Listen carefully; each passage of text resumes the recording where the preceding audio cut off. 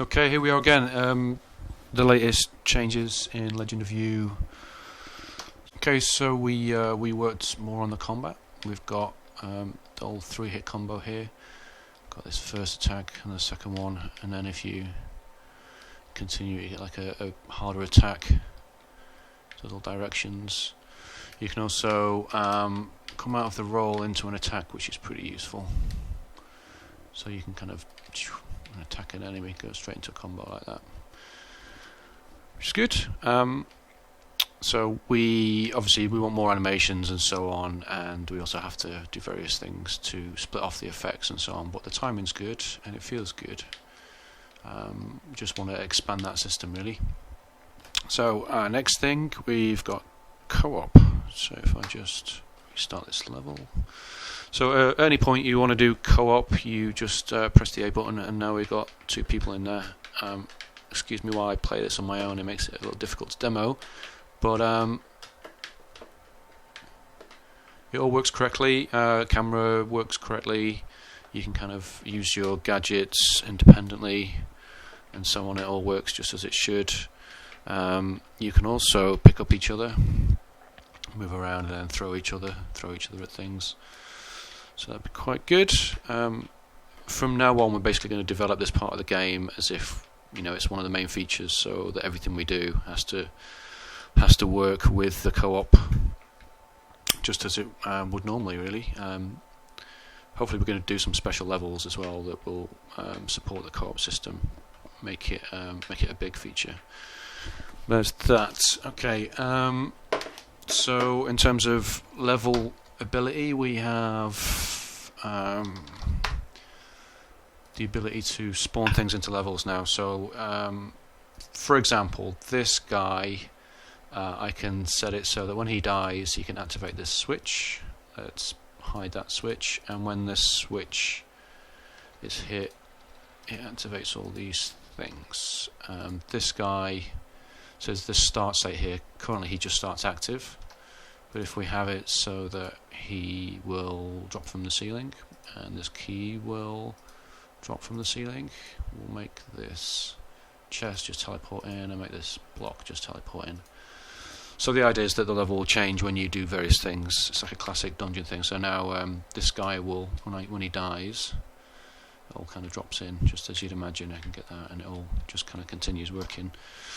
We can also put a delay on there, so that was a bit quick, so that when you run the game and when you defeat him, there's a bit of a delay. It doesn't all happen at once. There we go, which is cool. So that's one of the kind of key things we want when we're doing the logic stuff.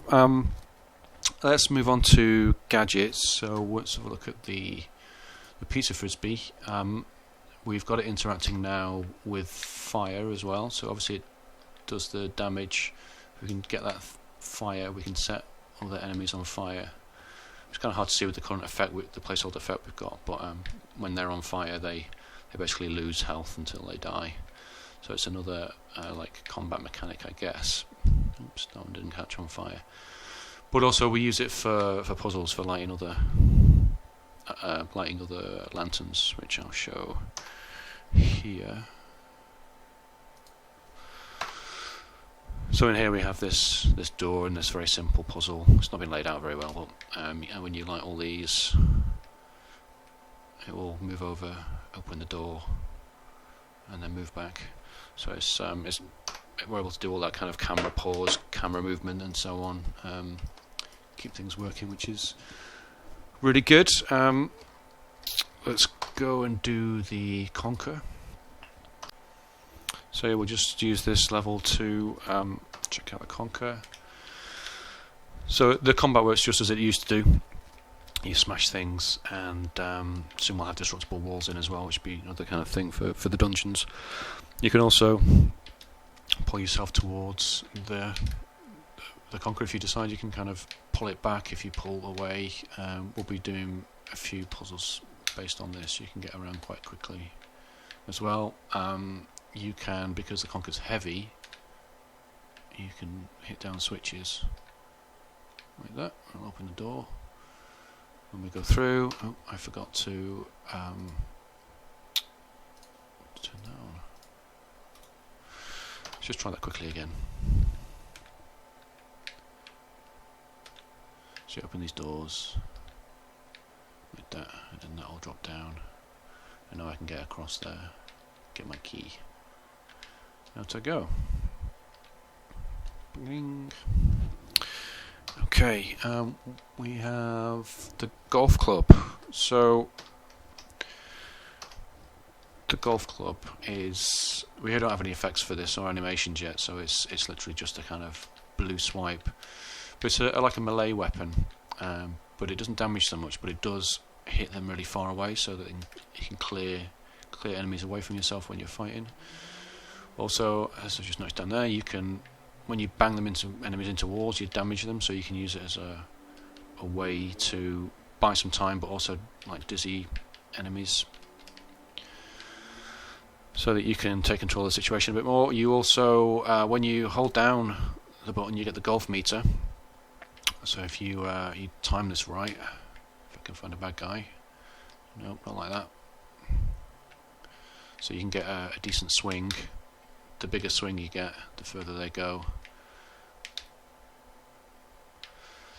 You can also, when you hit the bad guys, they become weapons, and you can aim them at other things. So if I hit him, he'll go in that direction. Like that. See, took some damage then. Related to.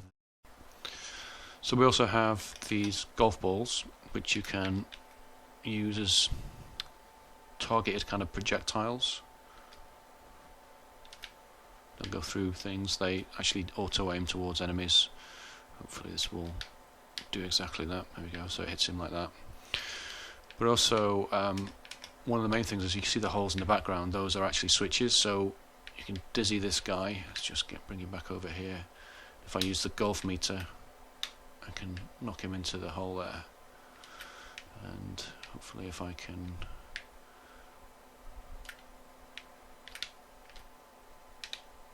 knock them all in like this.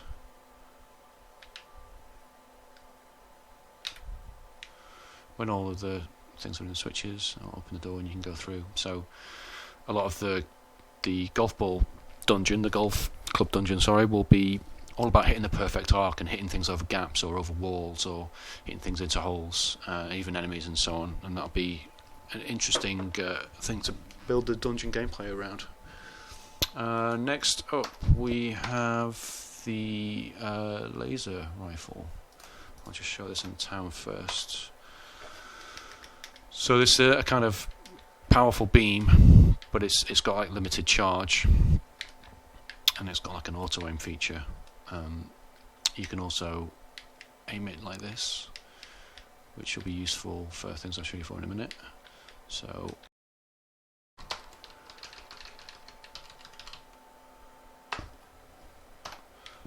you can activate these targets with it, but you can do it relatively quickly. So we should have some interesting kind of timed laser shot gameplay, which should be quite fun.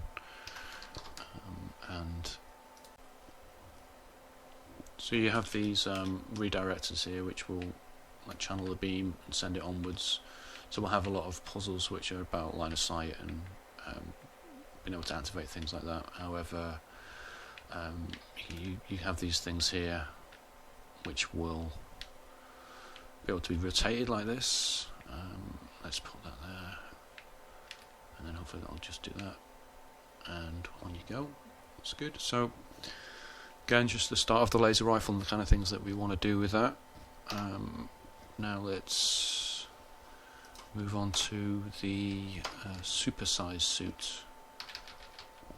Again, I'll start off this one in the town. So the super suit it allows you to grow to a huge size or be really tiny. So that's a big one here. You can run around, you stomp on the ground, that's a missing animation, and pick enemies up and throw them, kind of like a Hulk smash style thing, which is quite fun. It's going to be like styled like a superhero, this suit, so that we don't need to do huge set of animations for each character that we're generating. And you hold down the button and you shrink back down, and now enemies can't see me, so it's like a stealth mode in a way. Kind of move around and they don't damage me. We'll have various places where you can get to, only get to when you're small, and various things you can only interact with when you're small as well. You can go back to a size, so you can push this when you're that size, or when you're big, you can pick it up like that. Which a lot of the dungeons for this will be based around that kind of size disparity, and is an example here of the kind of things you might be able to do. So, like, you need to cross here, but you can't because you can only push this block when you're this size. So you need to change to this size. You grow. You can pick this up and can throw that over there, and that'll unlock that. Do that. Let's pick this up.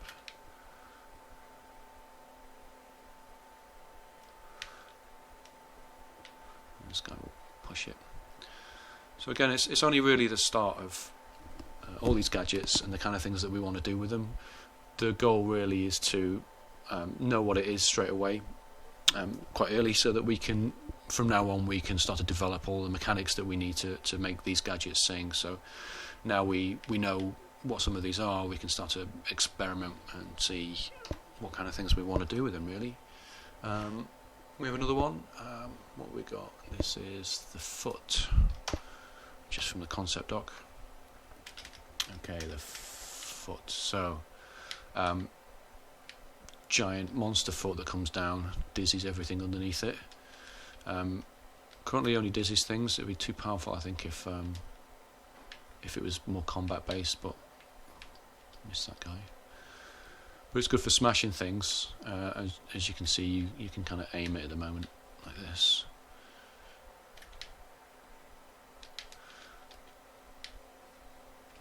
Related to that is the catapults, which so in the dungeon, one of the things the foot will be able to do is smack these things down, and when you're on top of these, for example, you go flying across, so you can start to move things around the dungeon, including yourself or enemies, or put that there.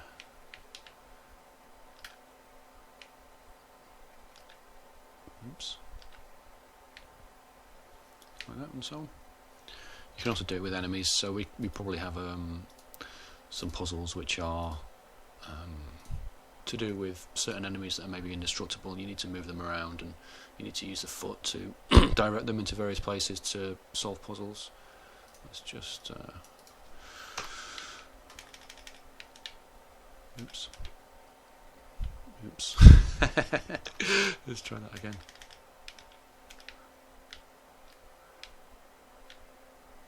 So you can move enemies around as well, which could be quite useful when we start to make the puzzles more involved. Okay, so that's I think that's 6 gadgets we've got there, and the case now is to, I think, probably pick the pizza frisbee and push that a bit further. We've got some dungeon levels that Sam's been building that are all worth looking at, really. We've been playing a lot with. Let's just start an easy one with randomization. So I think it's got some randomization, and this is kind of an early one. So we have these things which are these folders, these include folders and exclude, and the game randomly includes and excludes things, so that when you start, you get slightly subtly different layouts. This is a really simple example. So that when we design this one room, we have all these variations, which will really help when it comes to laying out the dungeons and making it always feel different. Let's see what else we've got.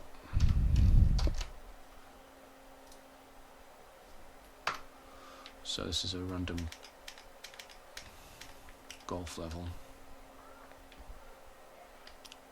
Ooh.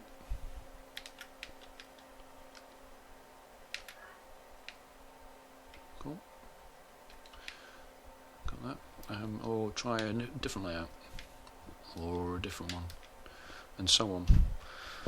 So, even though we have these rooms, they're getting more and more intricate now. Let's see what I can do with this.